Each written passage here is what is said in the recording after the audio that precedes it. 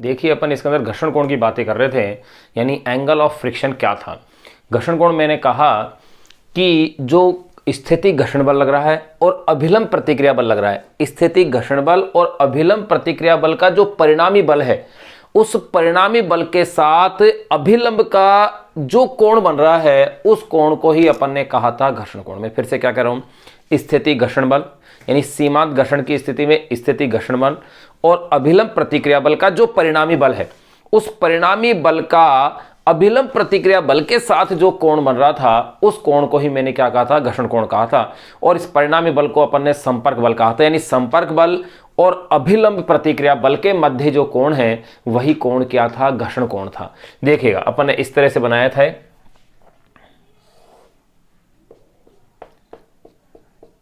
ये अपन कोई सरफेस ले रहे हैं, इस सरफेस के ऊपर ये कोई ब्लॉक रखा हुआ है।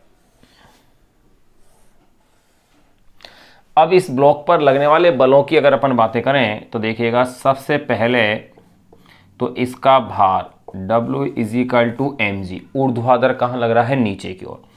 फिर इसकी जो संपर्क सतह है उसके लंबवत ये अभिलंब प्रतिक्रिया बल मैंने क्या ले लिया है, n है। बिल्कुल, अगर मैं यहां इस पर ये बल F आरोपित कर रहा हूं इसे खींचने के लिए, तो आपको ध्यान है यहां इसमें कौन लगेगा, स्थितिक घर्षण बल होगा ये Fs, और सीमांत स्थिति में इस Fs को कहा जाएगा Fs मैक्सिमम, यानी सीमांत घर्षण बल हो गया।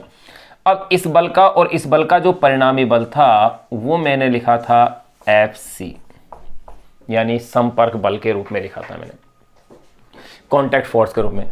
इसके और इसके मध्य ये जो एंगल था, इस एंगल लैम्डा को ही मैंने कहा था घर्षण कोण। अब देखिए, अब अपन इनकी बातें करें, इन पॉइंटों को अगर अपन डिस्कस करें, ये इनका केंद्र बिंदु। अब देखें, अब अपन इसके लिए एक तो मान ज्ञात करेंगे इस Fc का, यानी कि संपर्क बल क्या है, संपर्क बल का मान कितना है, एक तो ये अपन को निकालना है। तो आप गौर कीजिएगा, सदिश संयोजन के नियम से अगर अपन बातें करें तो आप गौर करें, ये बल और ये बल परपेंडिकुलर है, परपेंडिकुलर है। तो देखिए, सदिश संयोजन के त्रिभुज के नियम से अगर मैं Fc = देखूं तो ये बन जाएगा Fc = वैसे तो मैं इसे यो लिख सकता हूं, Fc vector = n vector plus Fc vector, बिल्कुल ऐसा कहा जा सकता है। लेकिन मैं सदिश रूप को इस तरह से लिख सकता हूं, = क्या कह दूंगा मैं इसे, n स्क्वायर प्लस F, यानी कि जो Fs मैक्सिमम है वो, प्लस Fs मैक्सिमम का स्क्वायर। अब देखिएगा Fc कॉन्टैक्ट फोर्स, अब मैं इसे आगे बढ़ा रहा हूं तो ये हो गया है n स्क्वायर प्लस Fs की वैल्यू आप जानते हैं μs n होती है, ये अपन पढ़ ही चुके हैं, μs n। अब यहां इसके ऊपर स्क्वायर है तो यहां पे भी इसका स्क्वायर हो जाएगा। यहां आप लिखना ना भूले कि Fs मैक्सिमम = μs n होता है। अब यहां फिर आगे की स्टेप्स देखिएगा, n स्क्वायर कॉमन आ गया है तो n बाहर, ये हो जाएगा √1 प्लस μs का स्क्वायर। यहां मेरे पास ये परिणामी बल का फॉर्मूला तो ये आ गया है। अब मुझे ज्ञात करना है इसी के साथ साथ इस एंगल लैम्डा को, जिसे कि अपन क्या कह रहे हैं, घर्षण कोण कह रहे हैं, जिस पर कि न्यूमेरिकल्स भी अपन देखेंगे। तो देखिएगा, अगर मैं इस तरह से लेता हूं, देखो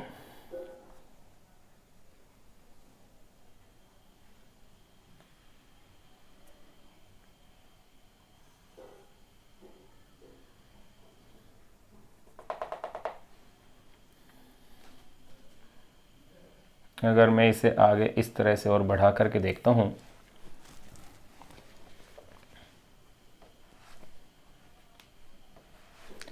सदिश संयोजन के नियम से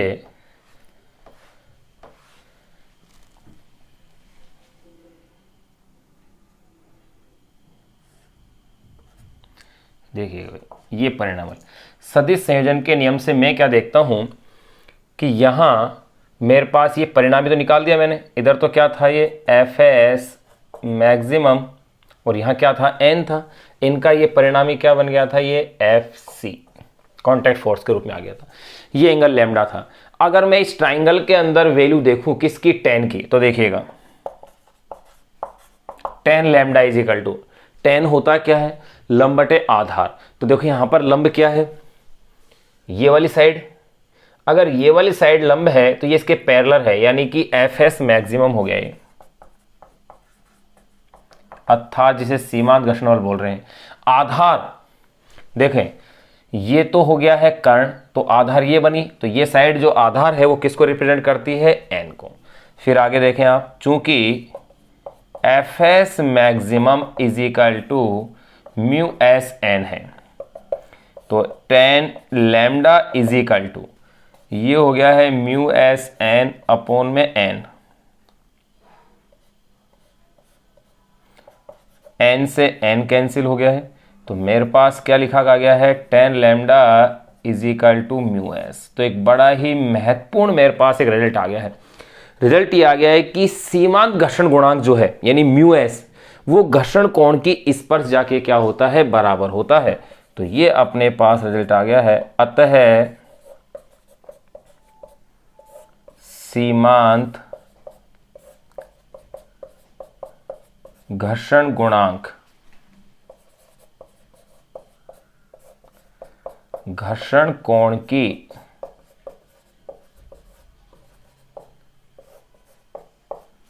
स्पर्श जाके बराबर होता है। स्पर्श जा से तात्पर्य है अपना टेन, घर्षण कोण की स्पर्श जाके क्या होता है, ये बराबर होता है। यहां अपन ने ये पॉइंट जो घर्षण कोण वाला पूरा कर लिया।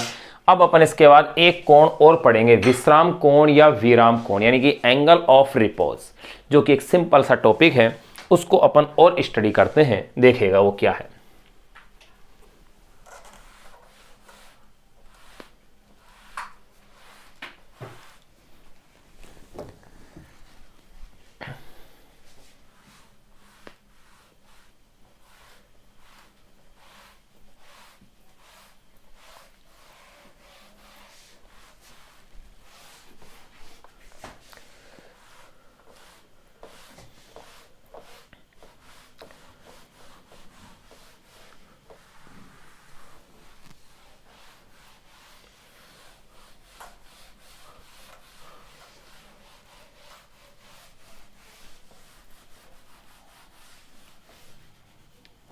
देखिए नेक्स्ट अपन टॉपिक पढ़ रहे हैं इसके बाद,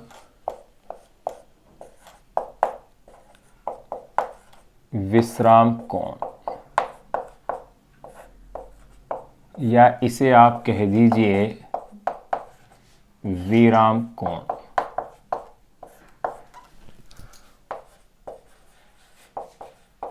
एंगल ऑफ रिपोज,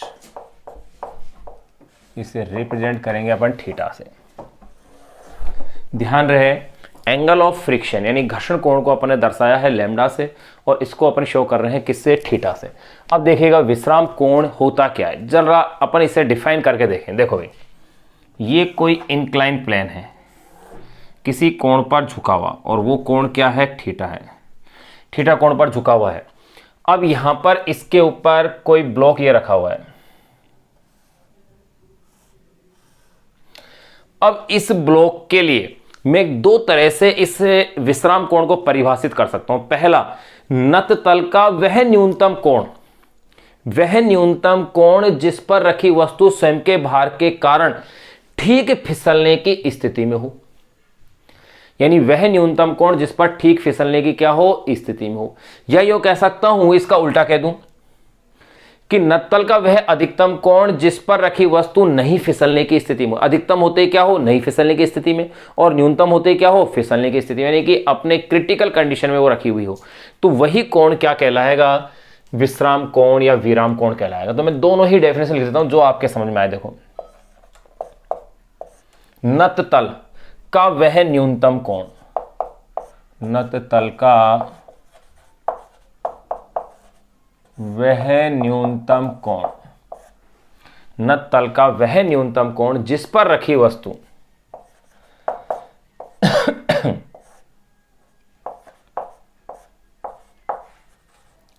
जिस पर रखी वस्तु, नत तल का वह न्यूनतम कोण जिस पर रखी वस्तु स्वयं के भार के कारण, जिस पर रखी वस्तु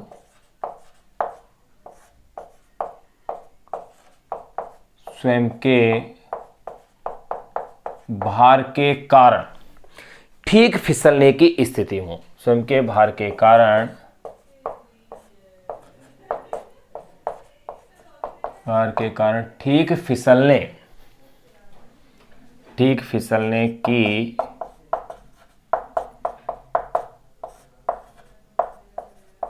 स्थिति में हो। या तो ये परिभाषा दे सकते हैं विश्राम कोण की, अथवा आप इसको यूं भी परिभाषित कर सकते हैं, इसका उल्टा भी कह दें आप। यूं मैं कह सकता हूं नत तल का वह अधिकतम कोण, नत तल का वह अधिकतम कोण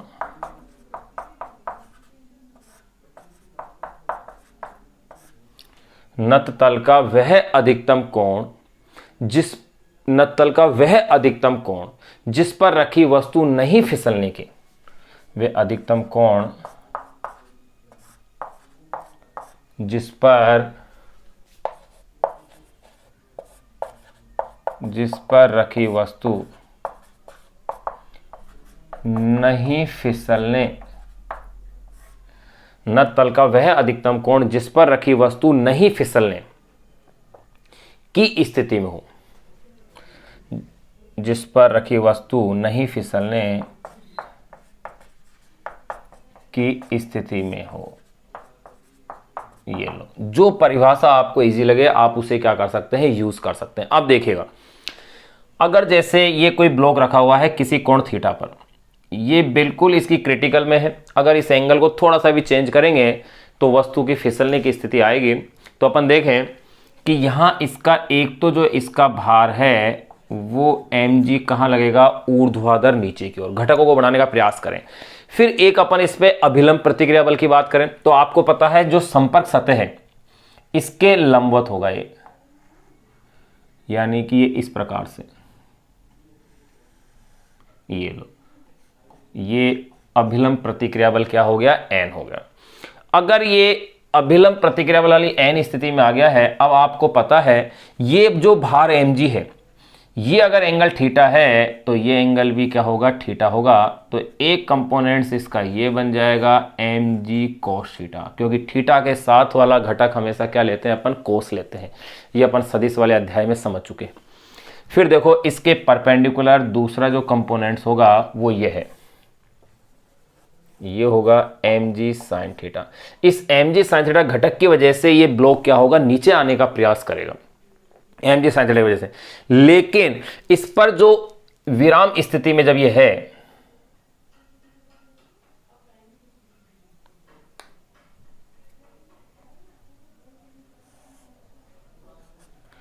और जब ये विराम स्थिति में है तो आपको पता है कि गति अगर नीचे की ओर करने का प्रयास करेगा तो घर्षण बल इसकी गति के क्या है, विरुद्ध, Fs, ये उसकी क्या होगी, डायरेक्शन होगी। यहां अपन इन बल को ले लिया।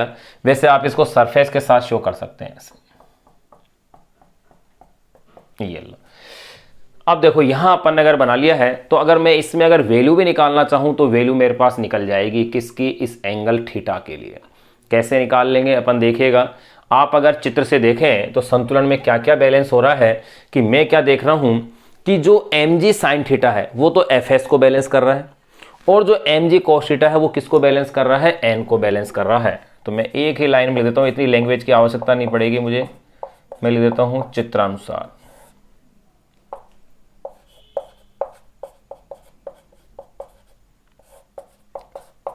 संतुलन की अवस्था में देखिएगा मैं क्या देखता हूं कि mg sin theta is equal to क्या आ रहा है, fs है। ये तो हो गया इक्वेशन नंबर 1। और mg cos थीटा ये इक्वल है किसके, n के। ये इक्वेशन नंबर क्या आ गई मेरे पास, 2 आ गई। अब मैं क्या करता हूं, इक्वेशन 1 को इक्वेशन 2 से क्या करता हूं, डिवाइड कर देता हूं। मैं आगे का इस जो पार्ट है वो इधर सोल्व कर रहा हूं। देखो समीकरण 1 में समीकरण 2 का भाग देने पर, अगर मैं समीकरण 1 में समीकरण 2 का अगर मैं भाग देता हूं तब देखिएगा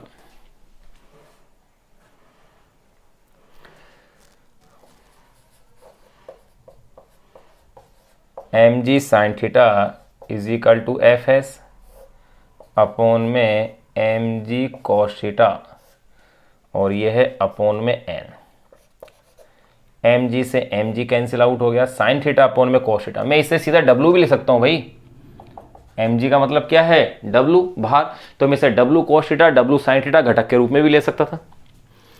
तो यहां मेरे पास ये जो इक्वेशन आई है साइन अपॉन में cos, ये बन गया है tan थीटा, तो tan theta is equal to F S upon में n, इक्वेशन नंबर 3। फिर इससे आगे का स्टेप में यहां देख रहा हूं, अब देखिएगा चूंकि F S is equal to क्या होता है म्यू एस एन होता है, F S is equal to mu S N होता है, इसलिए tan theta is equal to mu S N upon में एन, एन से एन कैंसिल आउट हो गया, तो ये रह गया है tan theta is equal to mu S.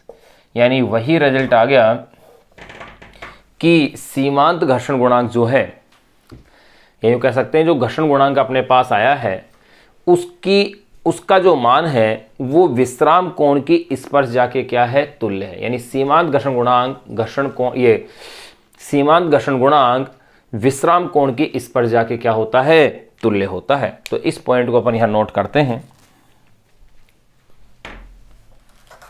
देखो भाई, ये टॉपिक कंप्लीट होने के साथ साथ आपका घर्षण वाला जो टॉपिक है अपने सिलेबस का वो अपना कंप्लीट हो जाता है। आगे इसमें और भी बहुत सारी डिटेल्स हैं, विश्राम कोण, घर्षण कोण, इनको लेकर के कि अगर वस्तु नत्तल पर ऊपर चढ़ रही हो, नत्तल पर नीचे आ रही हो, तो ये सारे बहुत सारे कॉन्सेप्ट है, लेकिन अपनी बुक में वो दे नहीं रखे, इसलिए अपन उनकी चर्चाएं भी नहीं कर रहे हैं। अपन जो बुक में दे रखे हैं केवल उन्हीं की अपन बातें कर रहे हैं। तो यहाँ अपन ने जान लिया है ये भी एक तरह से छुपा हुआ टॉपिक है बुक के अंदर, जिसको कि अपन ने पढ़ा है। तो पहले अपन उस कॉन्सेप्ट को जो अपने पास अभी आया है, तो अपन क्या कह सकते हैं, यो कह सकते हैं अतः सीमांत घर्षण गुणांक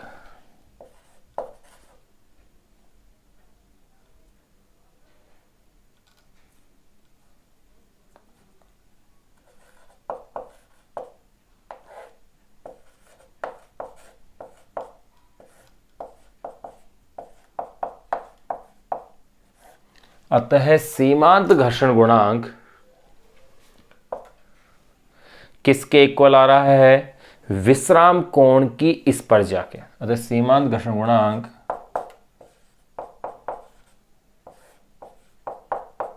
विश्राम कोण की स्पर्शजा यानी कि टेंजेंट स्पर्शजा के बराबर होता है। ये लो, अब एक चीज आपने देखी होगी कि जो म्यू एस है वो भी tan थीटा है और म्यू एस है वो tan लैम्डा भी है। यानी कि यूं कह सकते हैं कि घर्षण कोण और विश्राम कोण के मान क्या है, बराबर है, ये अपन कह सकते हैं। तो देखो इसको अपन नोट में डाल लेते हैं। देखिएगा, चूंकि mu S is equal to क्या है tan theta and mu S is equal to क्या था tan लैम्डा, तो आप यूं कह सकते हैं theta is equal to lambda, अर्थात विश्राम कोण इज इक्वल टू क्या बन गया है, घर्षण कोण। ये लो, ये अपने पास इजीली अपन ने क्या कर दिया, इसको प्रूफ कर दिया। अब इसके बाद जो टॉपिक अपन डिस्कस करेंगे वो है वर्तुल गति या वृत्तीय गति। ध्यान रहे, वर्तुल गति या वृत्तीय गति ये अपन पढ़ चुके हैं अध्याय 4 के अंदर। जो चैप्टर नंबर 4 था वहां अपन इसे पूरी तरह से पढ़ चुके हैं। उसका जो आधा पार्ट वहां दे रखा था वहां अपन ने उसका अध्ययन किया, फिर उसका शेष पार्ट यहां दे रखा है घर्षण के साथ, तो उसको अपन शेष को यहां बातें करेंगे, जिसमें अभिकेंद्रीय बल है, सड़क में करवट है, ये टॉपिक जो दे रखे हैं उसको अपन यहां पढ़ेंगे। वैसे वर्तुल गति एक जगह ही होता ज्यादा बेटर था, लेकिन इन्होंने 2 चैप्टरों के अंदर इसको बांट के दे रखा है, आधा हिस्सा वहां दिया हुआ है, आधा हिस्सा यहां दिया हुआ है। तो जो शेष बचा हुआ वर्तुल गति का पार्ट है उसको अपन अब यहां स्टडी करेंगे।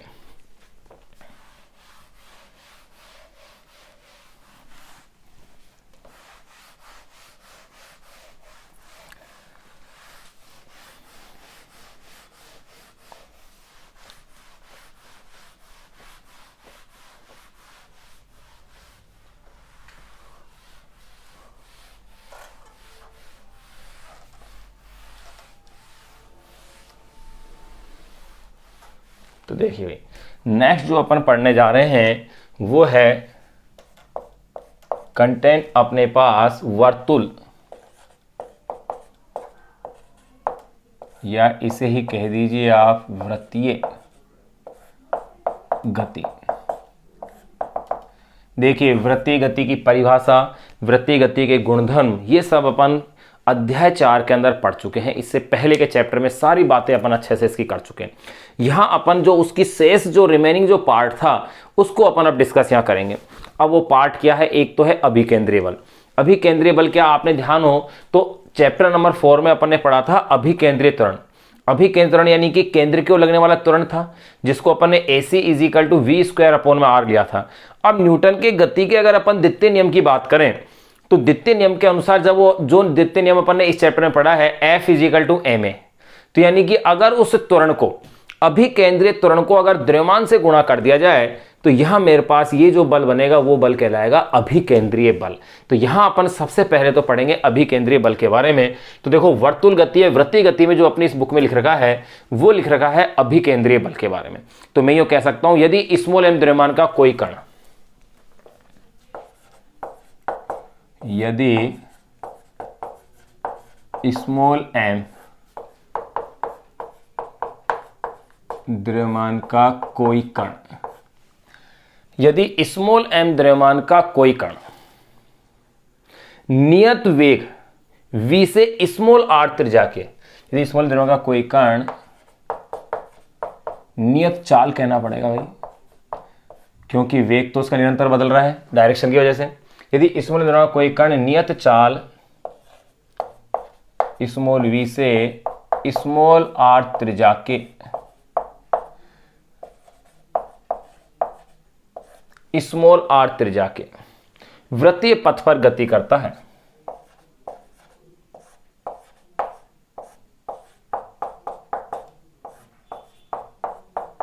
स्मॉल r त्रिज्या के वृत्तीय पथ पर गति करता है, तो उसका अभिकेंद्रीय त्वरण,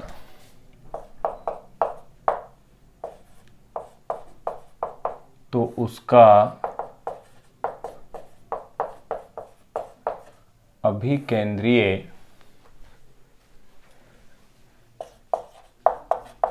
त्वरण AC = v²/r होता है।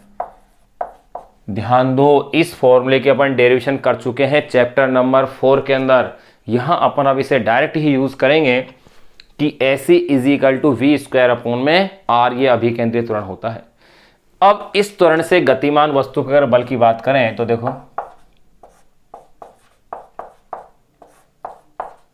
इस त्वरण से गतिमान, इस त्वरण से गतिमान वस्तु पर लगने वाला बल, इस त्वरण से गतिमान कण कह दो, गतिमान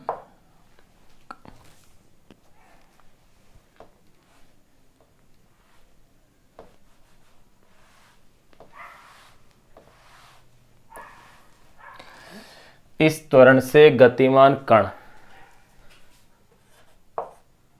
कण पर लगने वाला बल न्यूटन के द्वितीय नियम से अपन निकाल सकते हैं। इस त्वरण से गतिमान कण पर, गतिमान कण पर लगने वाला बल, लगने वाला बल न्यूटन के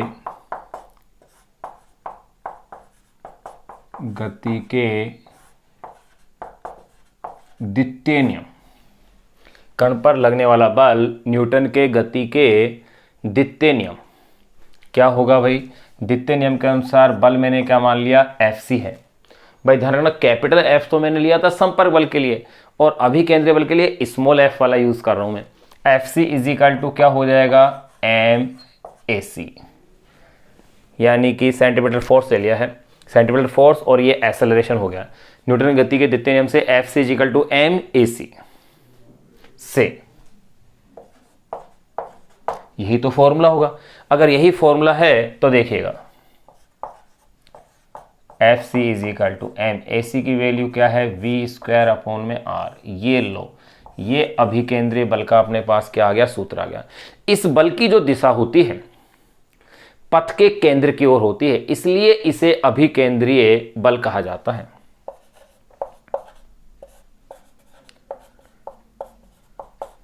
इस बल की दिशा पथ के केंद्र की ओर होती है।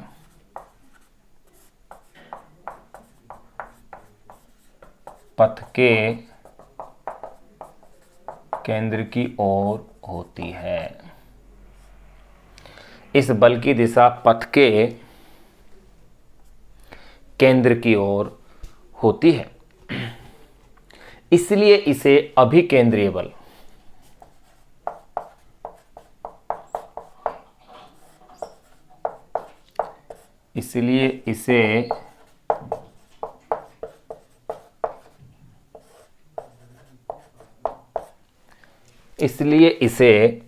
अभिकेंद्रीय बल कहा जाता है।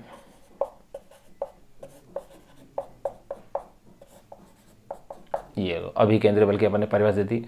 अब देखिए, अभिकेंद्रीय जो बल होता है सदैव ही पथ के केंद्र की ओर लगता है, सदैव पथ के केंद्र की ओर लगता है और वेग उसके लंबवत होता है, यानी कि इनके बीच का कोण क्या हुआ, 90 डिग्री हुआ।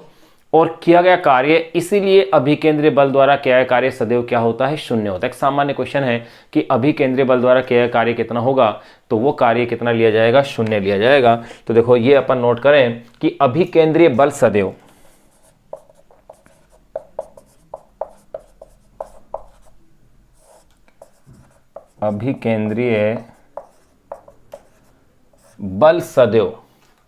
पथ के केंद्र की ओर लगता है।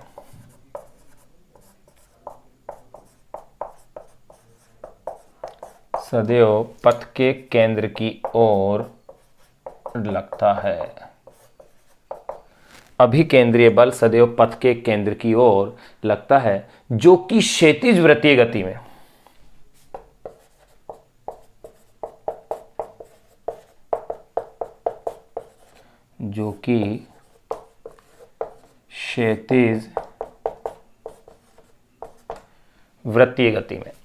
अभिकेंद्रीय बल सदैव पथ के केंद्र की ओर लगता है, जो कि क्षैतिज वृत्तीय गति में गति के अभिलंबवत रहता है। गति के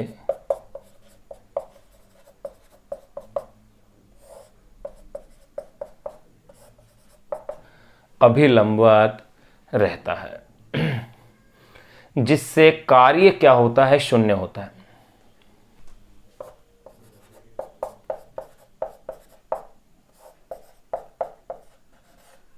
जिससे कार्य, आपको पता है जब बल और विस्थापन के बीच का कोण 90 डिग्री होता है तो किया गया कार्य शून्य होता है। वैसे अपन ये टॉपिक नेक्स्ट चैप्टर में पढ़ेंगे विस्तार से, लेकिन इतना सा तो अपन 9-10 की क्लास में पढ़ लेते हैं कि किया गया कार्य बल और विस्थापन, यानी कि W = FS cos थीटा होता है। तो जब 90 डिग्री होगा तो cos 90 की वैल्यू क्या होगी, 0, यानी किया गया कार्य क्या होगा, शून्य होगा। तो देखिए, अभिकेंद्रीय बल सदैव पथ के केंद्र की ओर लगता है, जो कि क्षैतिज वृत्तीय गति में गति के अभिलंबवत रहता है, जिससे कार्य शून्य होता है।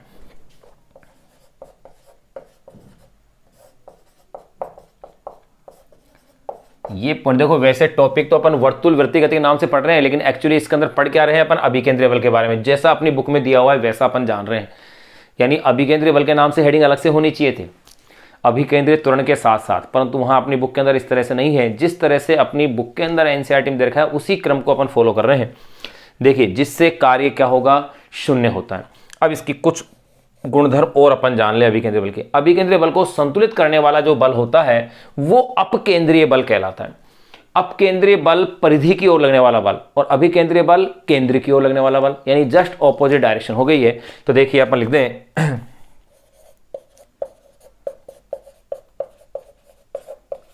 अभिकेंद्रीय बल को संतुलित करने वाला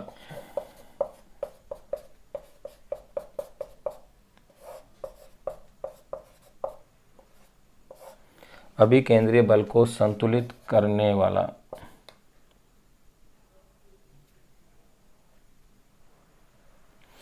अभिकेंद्रीय बल को संतुलित करने वाला बल जो है वो कैसा है? अभिकेंद्रीय बल है, सॉरी अपकेंद्रीय बल है। अभिकेंद्रीय बल को संतुलित करने वाला बल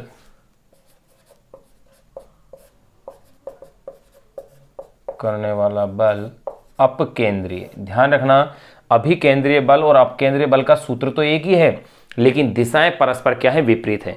करने वाला बल अपकेंद्रीय बल कहलाता है।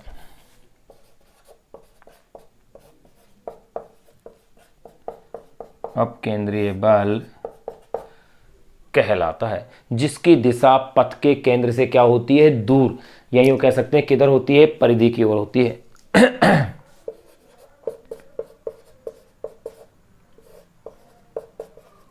जिसकी दिशा पथ के केंद्र से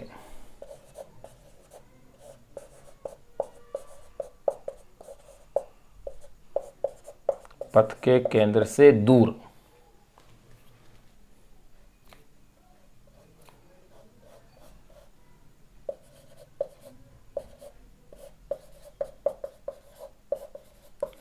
पथ के केंद्र से क्या होती है? दूर होती है। देखो भाई, अब जो अपकेंद्रीय बल जो है, इस अपकेंद्रीय बल के अपन कुछ एग्जाम्पल देख सकते हैं। जैसे कि दही से मक्खन निकालना या दूध से क्रीम निकालने की जो क्रिया होती है, उसके अंदर अपकेंद्रीय बल ही कार्यरत होता है, जिसकी वजह से कि वो एक सेंटर के अंदर जो मक्खन एक तरफ आ जाता है, एक तरफ सेपरेशन उनका हो जाता है। यानी पदार्थों के पृथक्करण में भी अपकेंद्रीय बल का क्या किया जाता है? उपयोग किया जाता है। यानी पदार्थों के पृथक्करण के अंदर इसका क्या किया जाता है? उपयोग। अगर पूछा जाए दही से मक्खन निकालने में कौन सा बल कार्यरत होता है, तो इसका सीधा सा आंसर होगा अपकेंद्रीय बल। अब अपन बात करें अभिकेंद्रीय बल की, जिसको कि अपन पढ़ रहे थे। देखो, अभिकेंद्रीय बल हमेशा दूसरे बल से ही प्राप्त होता है, इसका खुद का अपना कोई अस्तित्व नहीं है। सदैव कैसे प्राप्त होता है? दूसरे बल से। सिंपल से एग्जाम्पल देखो, जैसे परमाणु के अंदर, परमाणु में परमाणुीय नाभिक के चारों ओर जब इलेक्ट्रॉन परिक्रमा करता है, तो उस इलेक्ट्रॉन को परिक्रमा करने के लिए जो आवश्यक बल चाहिए होता है, वो इलेक्ट्रॉन और नाभिक के बीच लगने वाले स्थिर विद्युत बल से प्राप्त होता है। पृथ्वी सूर्य के चारों ओर परिक्रमा करती है, तो उसको परिक्रमा करने के लिए आवश्यक जो बल चाहिए होता है वृत्ताकार पथ पर, उस बल की प्राप्ति उसे किससे होती है? पृथ्वी और सूर्य के बीच लगने वाले गुरुत्वाकर्षण बल से प्राप्त होती है। इसी प्रकार से अगर किसी डोरी से बांध के अपन पत्थर को घुमाते हैं, तो उसमें इस बल की प्राप्ति किससे होती है? तनाव बल से। तो अपन ये पॉइंट और इसका लिखते हैं।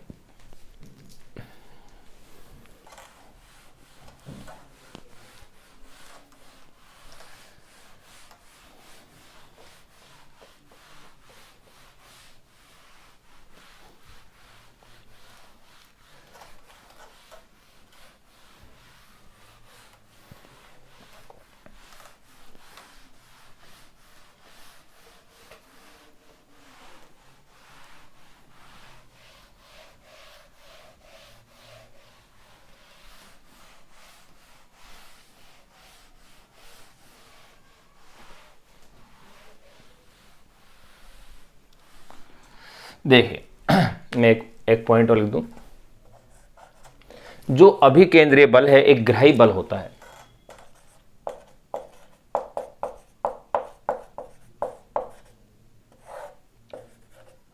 अभिकेंद्रीय बल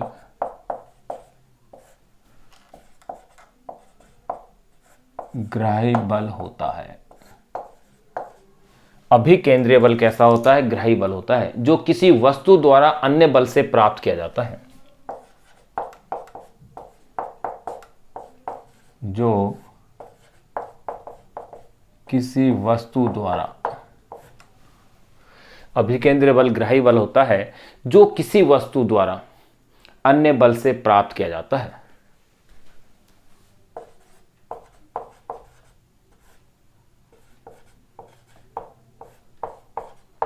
अन्य बल से प्राप्त किया जाता है।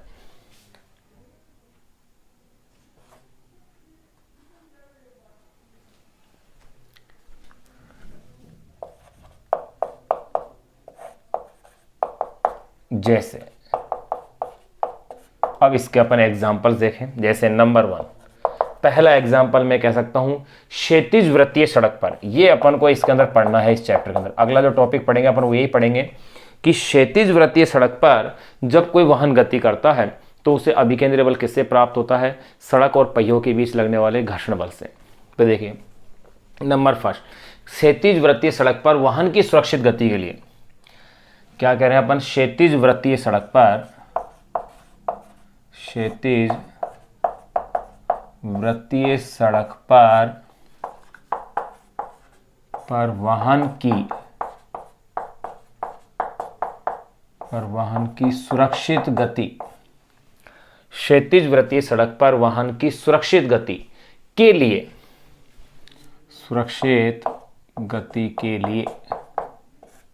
क्षैतिज वृत्तीय सड़क पर वाहन की सुरक्षित गति के लिए घर्षण बल आवश्यक अभिकेंद्रीय बल प्रदान करता है। गति के लिए घर्षण बल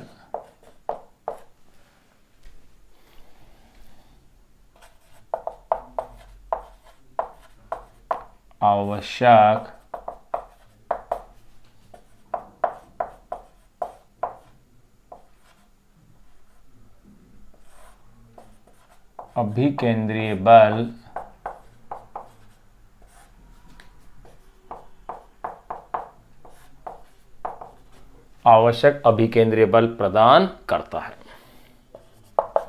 नंबर सेकेंड, दूसरी अपन एग्जांपल की बात करें डोरी से बंधी वस्तु की।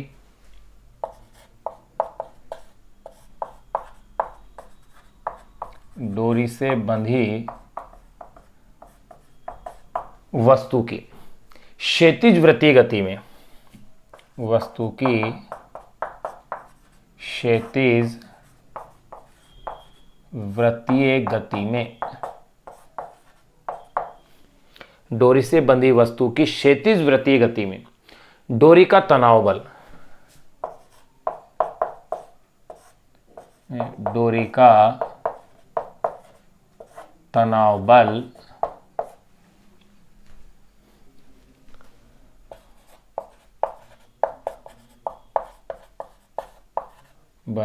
अभिकेंद्रीय बल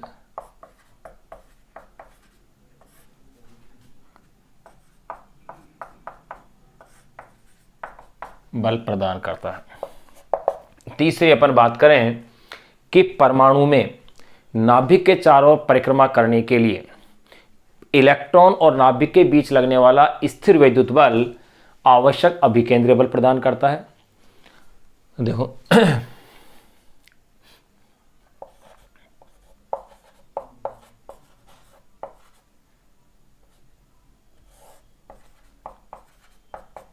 परमाणुीय नाभिक के चारों ओर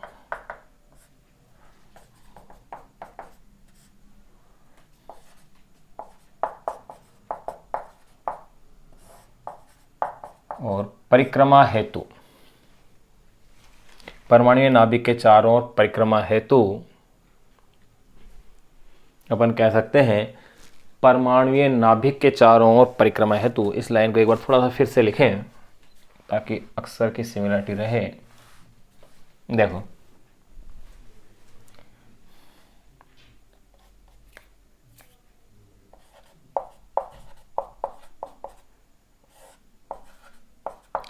परमाणु में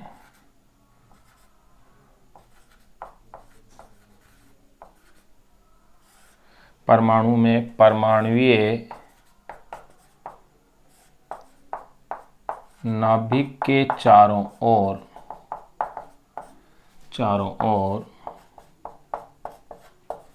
इलेक्ट्रॉन को परिक्रमा करने हेतु, परमाणु में परमाणुीय नाभिक के चारों इलेक्ट्रॉन को परिक्रमा करने हेतु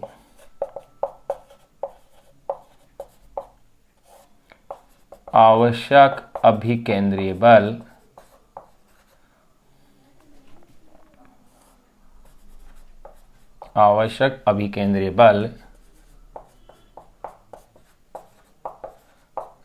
इलेक्ट्रॉन व नाभिक के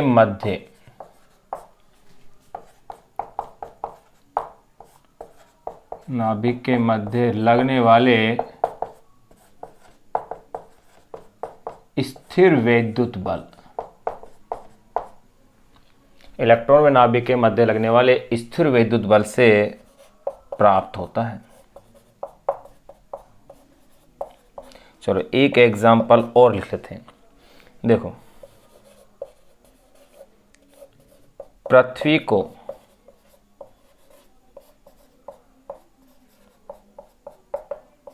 सूर्य के चारों ओर परिक्रमा करने हेतु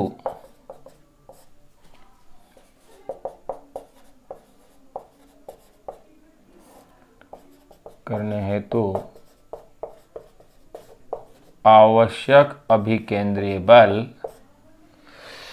पृथ्वी को सूर्य के चारों ओर परिक्रमा करने हेतु आवश्यक अभिकेंद्रीय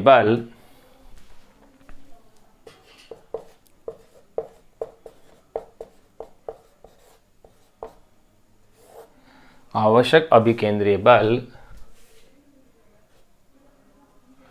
गुरुत्वाकर्षण बल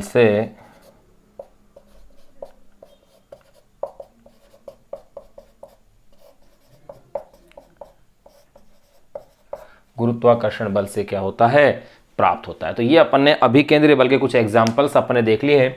इनमें से ध्यान रहे क्षैतिज वृत्तीय सड़क पर वाहन की गति, ये अपन अब नेक्स्ट टॉपिक पढ़ेंगे जो अपनी बुक में दे रखा है। डोरी से बंधी वस्तु की गति, ये टॉपिक वेरी इंपॉर्टेंट है, लेकिन अपनी बुक में इसको दिया हुआ नहीं है। क्वेश्चंस हैं, जो क्वेश्चन जिस समय अपन सोल्व करेंगे वहीं उस चीज को डिस्कस करेंगे, यानी कि क्वेश्चन अपन को करना इस चैप्टर के अनिवार्य है। जो अनसोल्व क्वेश्चन है उसमें ऐसे ऐसे क्वेश्चंस दिए हुए हैं जिनके टॉपिक तो अपनी बुक में नहीं है, लेकिन क्वेश्चन दे रखे हैं, यानी कि वहां उसकी जो थ्योरी क्लियर होगी वो वहीं क्लियर होगी। उस क्वेश्चन के साथ ही उस कॉन्सेप्ट को अपन क्या करेंगे, क्लियर करेंगे। तो यहाँ दो टॉपिक अपने 11th के हैं और ये दोनों टॉपिक आपके 12th क्लास में आएंगे। परमाणु वाला आएगा 12th में, और ये जो 4th टॉपिक है ये आपके 11th में 8वां जो चैप्टर है गुरुत्वाकर्षण, वहां आपके ये काम आ जाएगा। यानी एक टॉपिक केवल 12वीं का है, बाकी तीनों टॉपिक आपके 11वीं के हैं, जिसके अंदर से ये जो नेक्स्ट टॉपिक है ये वाला सड़क वाला, ये अपन अब नेक्स्ट जो टॉपिक पढ़ने जा रहे हैं इसको अपन अब समझेंगे कि ये है क्या। तो देखो, अभिकेंद्रीय बल अपन ने जान लिया, समझ लिया। अब अपन पढ़ेंगे समतल वृत्ताकार पथ पर वाहन की गति, या यूं कह सकते हैं समतल सड़क पर कार की गति। भाई बुक में वाहन की जगह कार कह रखा है और पथ की जगह क्या कह रखा है, उसमें सड़क कह रखा है। तो नेक्स्ट टॉपिक अपन उसे पढ़ने जा रहे हैं। आप इसे एक बार नोट कर लें, स्क्रीनशॉट ले लें इसका।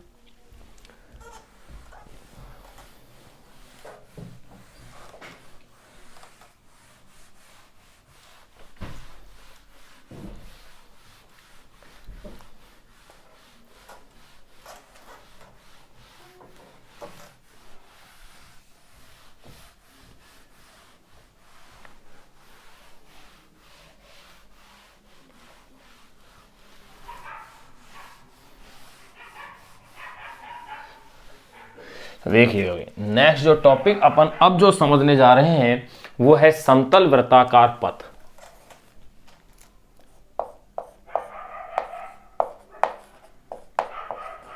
समतल वृत्ताकार पथ,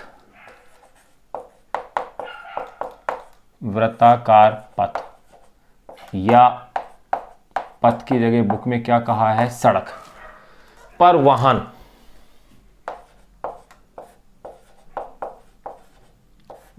और वाहन के रूप में किसको ले रहे हैं, कार।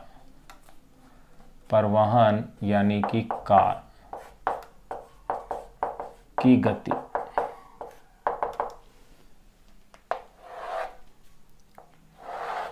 समतल वृत्ताकार पथ पर वाहन यानी कि कार की गति, इसके लिए अपन बात कर रहे हैं। देखिएगा भाई, जैसे ये कोई वृत्ताकार पथ है इस तरह से, ये मैं कोई एक उसका एक हिस्सा है, मैं पूरा बना सकता हूं इसे वृत्ताकार पथ को।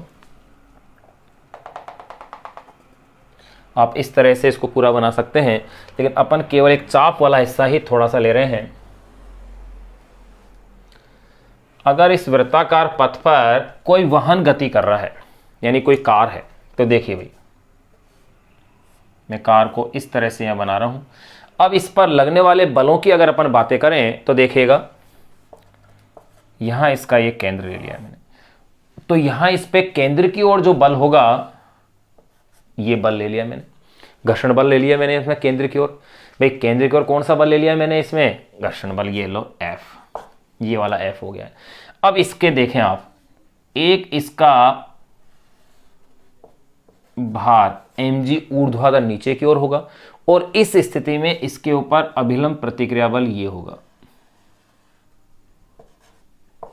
ये लीजिए, ये अभिलंब प्रतिक्रिया बल, ये इस तरह से अपन इस स्थिति में लेंगे। तो अपन क्या कह सकते हैं कि समतल वृत्ताकार पथ पर कार की सुरक्षित गति के लिए इस घर्षण बल का जो मान होना चाहिए वो अभिकेंद्रीय बल का जो मान है उसके बराबर या उससे अधिक होना चाहिए। अगर इस घर्षण बल का मान कम हुआ तो वाहन क्या होगा, फिसलेगा, दूर हट जाएगा, यानी कि असुरक्षित वाली स्थिति में रहेगा, या तो उसके बराबर हो घर्षण बल या फिर घर्षण बल का मान उससे क्या हो, ज्यादा हो। तो देखिए मैं सिंपल कैसे लिख सकता हूं, अपन इसे शॉर्ट में लिखने का प्रयास करेंगे कि समतल वृत्ताकार पथ पर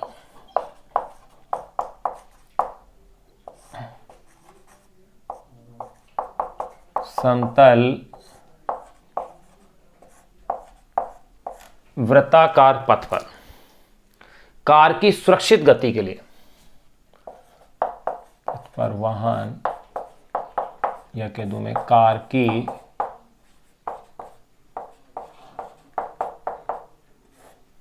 सुरक्षित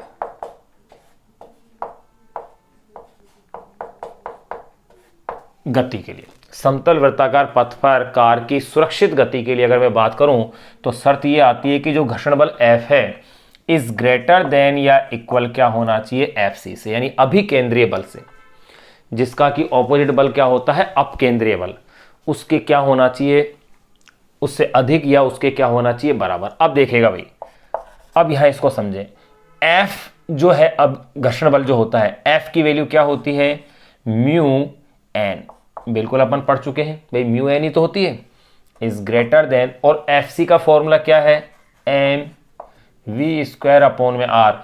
अगर वृत्तीय पथ की त्रिज्या क्या है, स्मॉल आर है, अगर इस वृत्तीय पथ की त्रिज्या अगर स्मॉल आर है तो ऐसी स्थिति के अंदर अपन क्या ले रहे हैं, mu N is greater than या equal M V square upon में आर हो गया। अब देखिएगा यहां ये जो एन है इसकी वैल्यू किसके इक्वल है भाई, एम जी के इक्वल है, यानी एन की वैल्यू में क्या लिखूंगा यहां पर, एम जी ग्रेटर देन या equal M V square upon में आर आ गया। तो यहां देखो एम से एम कैंसिल हो गया, तो यहां रह गया है mu G is greater than या इक्वल वी स्क्वायर अपॉन में आर। या मैं इस इक्वेशन को यूं भी कह सकता हूं भाई, V square is less than या इक्वल म्यू आर जी, बिल्कुल ऐसा कहा जा सकता है। या अगर देखो ऐसा अगर मैंने कह दिया है, ये मेरे पास कंडीशन आ गई है, या मैं इसे कह सकता हूं कि V मैक्सिमम क्या होगा, यानी कि मैक्सिमम वैल्यू इसके इक्वल हो जाए। तो देखो भाई V maximum is equal to root of mu R G. समतल वृत्ताकार सड़क पर वाहन की सुरक्षित गति के लिए इतना वेग चाहिए, अधिकतम वेग, इतना मैक्सिमम ये वेग है। तो यहां इस स्थिति में वाहन अधिक वेग से टर्न नहीं ले पाता है, ध्यान रहे, अधिक वेग से टर्न नहीं ले पाएगा क्योंकि टायरों पर जीर्ण सीढ़ियां कह सकते हैं, वियर एंड टियर। तो इसके आगे का जो पार्ट है भाई, मैं यहां लिखने के बजाय मैं यहां लिख रहा हूं, देखो इस स्थिति में,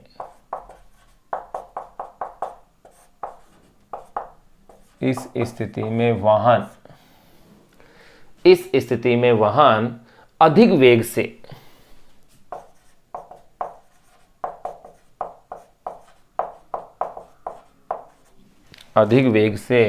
टर्न, यानी कि घुमाव कह सकते हैं अपन, अधिक वेग से टर्न नहीं ले पाता।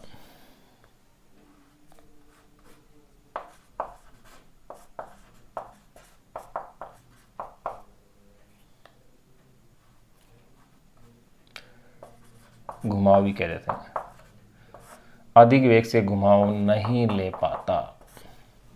इस स्थिति में वहां, यानी कि जब अपन ने ये वाली स्थिति ले ली है कि यानी कि बिल्कुल समतल सड़क है, उस स्थिति की अपन बात कर रहे हैं कि इस स्थिति में वाहन अधिक वेग से घुमाव नहीं ले पाता। और तथा टायरों का, वाहन के जो टायर हैं, तथा टायरों का जीर्ण शीर्ण, यही कह सकते हैं टूट फूट, यानी उनके घिसाव, यानी कि इंग्लिश में अपन कहें तो wear and tear, wear and tear अधिक होता है।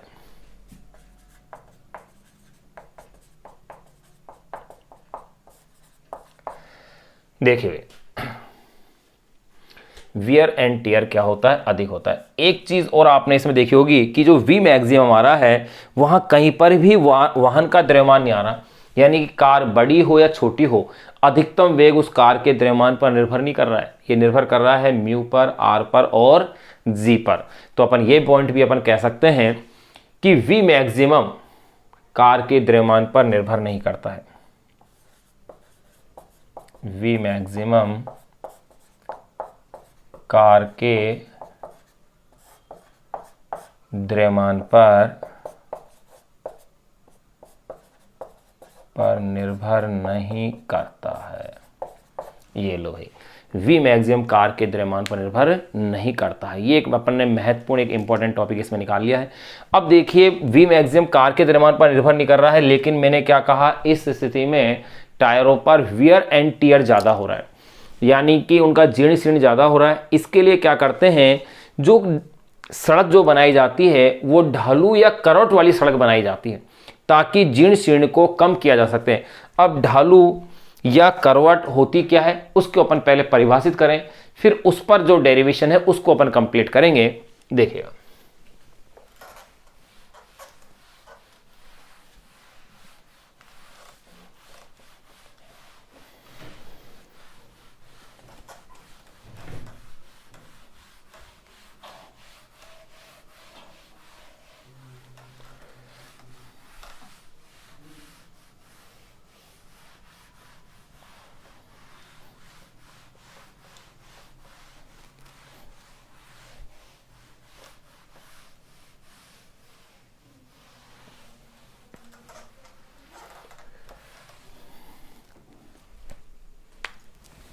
देखिएगा नेक्स्ट अपन जो टॉपिक पढ़ने जा रहे हैं, जो कि अपनी ही बुक का टॉपिक है, वो है ढालू। अभी तक तो अपन किस पे पढ़ा भाई, समतल पे, ढालू सड़क। ये अपनी बुक में दे रखा है, या अपन कह सकते हैं करवट वाली सड़क। करवट वाली सड़क, ढालू सड़क या करवट वाली सड़क पर कार की गति।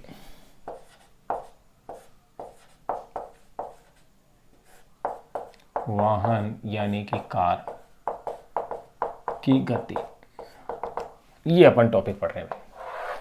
अपनी बुक में उसको ढालू कह रखा है। सड़क या करवट है क्या, अभी अभी अपन ने जाना था कि समतल वृत्ताकार सड़क पर जीर्ण शीर्ण टायरों पर ज्यादा हो रहा है।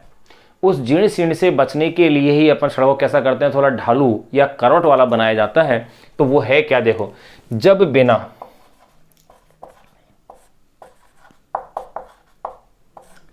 यूं कह सकते हैं अपन, जब बिना घर्षण वाली वृत्तीय सड़क पर, जब बिना घर्षण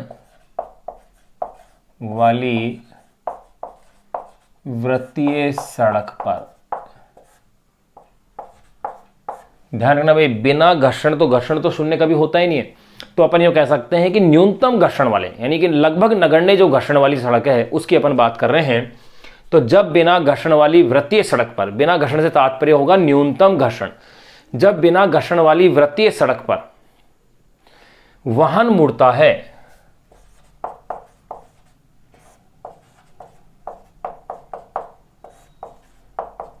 वृत्तीय सड़क पर वाहन मुड़ता है तो उसके फिसलने का खतरा रहता है। तो उसके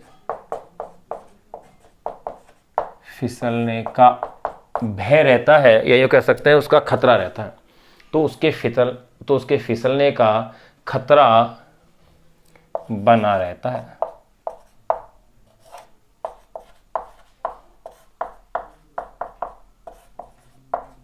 उसके फिसलने का खतरा बना रहता है। इस खतरे को टालने के लिए,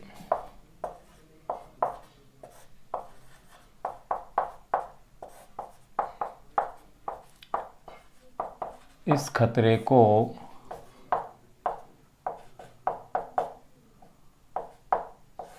टालने के लिए, या कह सकते हैं इस खतरे को हटाने के लिए, सड़क का बाहरी किनारा के लिए सड़क का बाहरी किनारा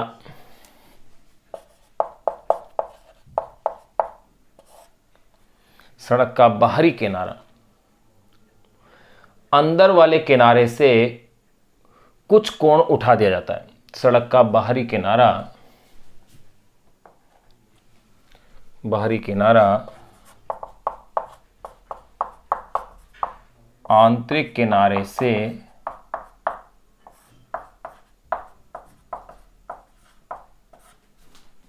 कुछ उठा दिया जाता है। सड़क का बाहरी किनारा आंतरिक किनारे से कुछ उठा दिया जाता है।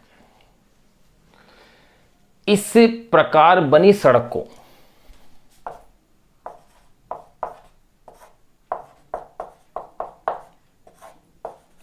इस प्रकार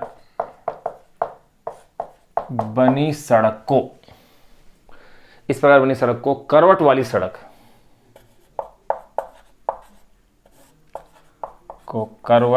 सड़क या यूं कह सकते हैं ढालू सड़क, करवट वाली सड़क तथा कोण को करवट कोण कहते हैं, तथा कोण को करवट कोण, जिसको कि मैं रिप्रेजेंट कर देता हूं थीटा कहते हैं। ये लो, अब अपन इस करवट वाली जो सड़क है इसकी अब अपन बातें करेंगे। अब इसके दो केस अपन पढ़ेंगे। पहला, जब घर्षण बल नगण्य हो, दूसरा जब घर्षण बल क्या हो, प्रभावी हो। दो स्थितियों के केस अपन को पढ़ने हैं, फिर ये अपना कंटेंट क्या होगा, कंप्लीट हो जाएगा। ये टॉपिक पूरा होने के बाद फिर एक छोटा सा टॉपिक है यांत्रिकी में समस्याओं को हल करना। उसके बाद केवल अपन को इसके अनसोल्व्ड क्वेश्चन सोल्व करने हैं। चैप्टर अपना कंप्लीट हो चला है। ये बड़ा चैप्टर था। तो देखो, सड़क में करवट क्या है ये अपन ने इसमें जान लिया है। ये यूं कह सकते हैं करवट वाली सड़क किसे कहते हैं, यानी बंकन वाली सड़क, जिसे अपन बंकन भी कहते हैं, करवट भी कहते हैं, ढालू भी कहते हैं, वो सड़क क्या है वो अपन ने इसके अंदर समझ लिया है। अब अपन इसमें पढ़ेंगे उस करवट वाली सड़क पर वाहन की गति कैसी हो रही है। उसमें दो स्थितियां, पहली जब घर्षण बल नगण्य हो, दूसरा जब घर्षण बल क्या हो, प्रभावी हो। दो स्थितियों पढ़ेंगे। विशेषकर जो घर्षण बल प्रभावी वाला टॉपिक है वो वेरी वेरी इंपॉर्टेंट है, वो सबसे बड़ा टॉपिक भी है।